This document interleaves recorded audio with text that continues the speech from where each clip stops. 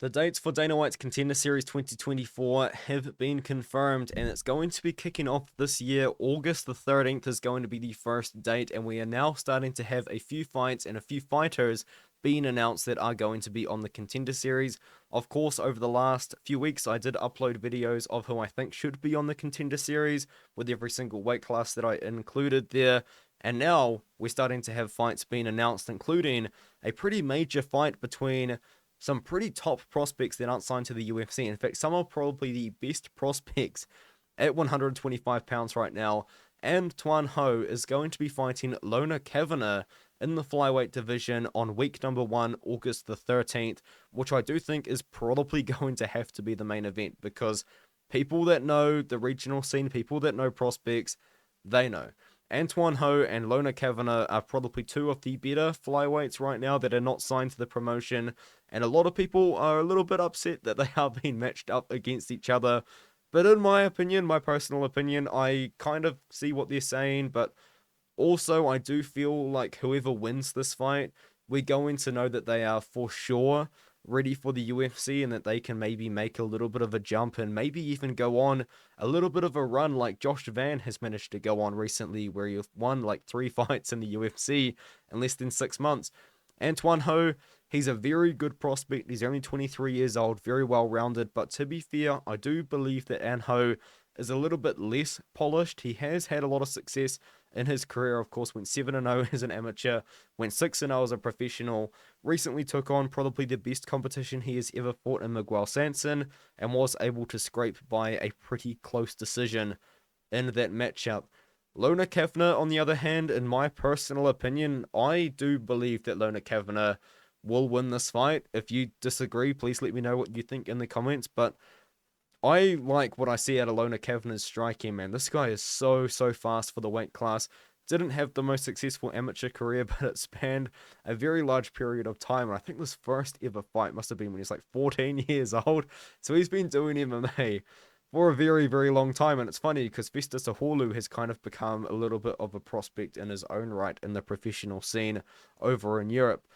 But Lona Kavanagh spent a little bit of time as an amateur over time, which is quite interesting. Of course, starting at 14 years old and then working his way over time. And then as a professional, I think he's really started to find his stride in the striking because, my goodness, this guy is so quick on the feet. He sees everything coming and he absolutely pieced up Sean Marcos da Silva in what was his fight, of Antoine Ho's matchup against Miguel Sanson. This was Lona Kavanagh's biggest fight of his career. Took on another 6-0 guy and managed to beat him. He's 5-0, beat the 6-0 guy and Sean Marcos da Silva, who's a good prospect in his own right. And Kavanagh just pieced him up on the feet. I think Kavanagh's the significantly better striker here. I think that Antoine Ho might be looking to grapple here. I like Kavanagh. I think Kavanagh's going to win the fight. I think his striking is going to prevail. He's an incredible striker, so keep an eye out for this fight for August the 13th. It's probably going to be the main event of the card. Voice crack. It's 10:30 p.m. We move on. Mitch Raposo is going to be returning to Dana White's Contender Series after not being on the Contender Series, and of course, once again, he is another fighter that I did predict would be on the show. He was on the show in the past, lost to Jake Hadley, but that's not really a bad loss, as Hadley has had his own success. And he was on the Ultimate Fighter and lost to Shalinian, which isn't really the best loss, but these are losses from 3 years ago. I think we can move on, and he's moved on and taken on a decent level of competition. Of course, not the best competition in the world, but he did knock out a guy that was 2-0 in 49 seconds, which is quite cool. Went 4 rounds with a fighter with 6 professional fights. Mitch Raposo is a pretty decent wrestler, a pretty decent grappler. He was, of course, out-grappled by Jake Hadley in that Contender Series matchup, but his opponent is going to be Jack Duffy, who is 7-0 and is making a little bit of his own sort of run once again. Got pretty good grappling, no amateur career to speak of, but started out his career a very long time ago. I almost want to say he was 16 when he made his pro debut. He was 17 years old when he made that pro debut, so his pro career has, expanded over a very long period of time. Started out by just absolutely dominating people that weren't that great, to be fair, and then had a lot of cancelled fights, but then stepped up the competition recently and has been fighting for Uriah Faber's promotion, which I actually recommend you watch because there's some good fighters on that show, man. Uriah Faber's A1 Combat, and Uriah Faber's going to be competing in a grappling match on his own show soon, which could be quite cool. I will be open and honest. I'm a lot less familiar with Jack Duffy as I have with Mitch Raposo, but I do kind of believe in Mitch Raposo quite a bit. So for now, I'm going to slightly lean with Raposo, but it's not a locked in pick. I'll do my final predictions by the time it rolls around. You might want to side with them. You might want to fade them. I mean, last year my predictions were absolutely terrible, and I have never done more tape study for anything in my life. And my predictions were still terrible.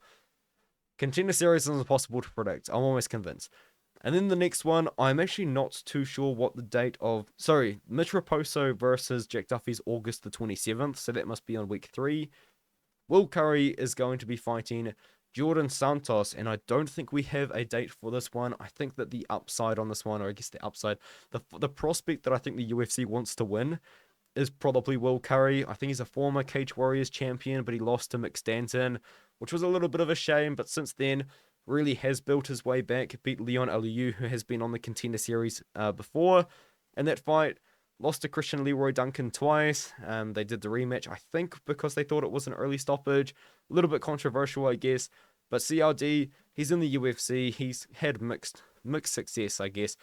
A lot of people are saying that Will Curry will be a fade when he gets into the UFC, and depending on the matchups, that could be the case because he does have quite a lot of holes in his game. But he is quite well-rounded at the same time. Like, he's a big-time finisher with very good grappling, and we have seen that in his career, of course. Taking on Jordan Santos,